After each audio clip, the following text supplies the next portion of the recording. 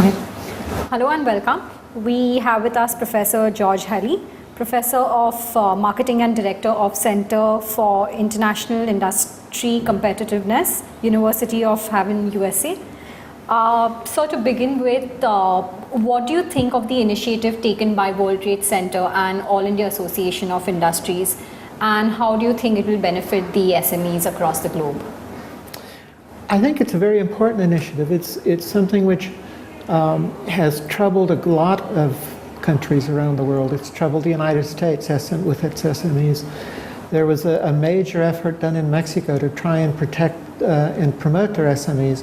It ended in miserable failure, unfortunately.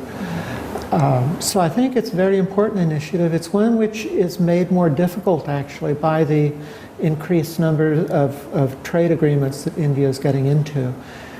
One of the trends historically has been that when you sign a free trade agreement, one sector of the economy which is always hurt is the SME sector. Large companies help, but the SMEs generally tend to be hurt. So I think this is a very important initiative. I think it's one which faces a very difficult uphill climb, though. Right. And I think if there's and this is something which is different about it, because this is a public-private partnership. Generally speaking, it's been government-led efforts that tried to save the SMEs. So possibly through the public-private partnership, I think it has a much greater chance of success than is just straight a government-sponsored effort. That's true. And what investment opportunities and future do you see in the Asian markets? Oh, I think there's really huge investment opportunities in the Asian markets. I do think that there's an imbalance in perspective. For instance, I think there are parts of Asia that have been overinvested in, and for instance, China. There are parts of Asia that have been underinvested in. India would be one country, Vietnam another country, although Vietnam has received quite a bit of investment recently. I think there's much more room yet, even though FDI has increased tremendously in India recently. I think there's much more room for investment in FDI in India. In your view, what is the key to successful industrial marketing? The key to successful industrial marketing is relationship building. If you look at where you get your profits, in especially industrial markets, your profits occur from return sales, not from the initial sale. Usually, gaining that initial sale is way too expensive to actually be profitable unless it's a very large sale to begin with. So the key is building successful relationships, building trust, and building basically a faith in the future together with your trading partners. True. And what are some of the trends of emerging markets with special reference to capacity building and trade felicitation? I think, well, the dominant trend really is the move to the south and east.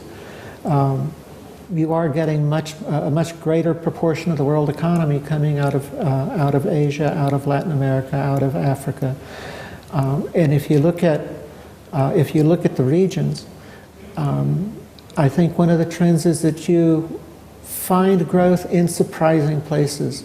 So, for instance, you go back 1970s, 80s, even the 90s, the growth was really being led by Southeast Asia. Everyone thinks growth in Asia starts and stops with China, but it was being led by Southeast Asia. Then, of course, you had finally the reforms in China that started to pay off for China. Today, you have 6 out of the 10 fastest growing economies in the world are in Africa, sub-Saharan Africa. And so I think those are the major trends. Number one, growth in Asia, in the south, basically, and the east, but also growth in surprising places. The rise in growth in Africa in recent years has just been phenomenal.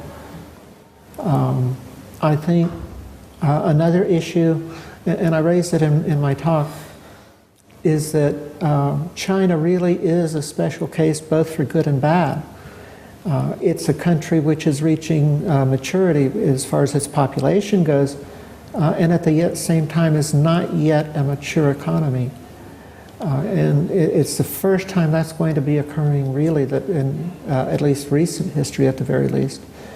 And I don't think anyone really knows how it's going to result. I think there's a tremendous risk in China due to that. Could you shed some light on managing intellectual property rights in the Asian region? I think that it's different depending upon where you are. For instance, in India, intellectual property rights, protection of intellectual property rights is really not very much different than the West. But if you're talking about a region such that's been dominated by Confucian thought and philosophy, then it's very different.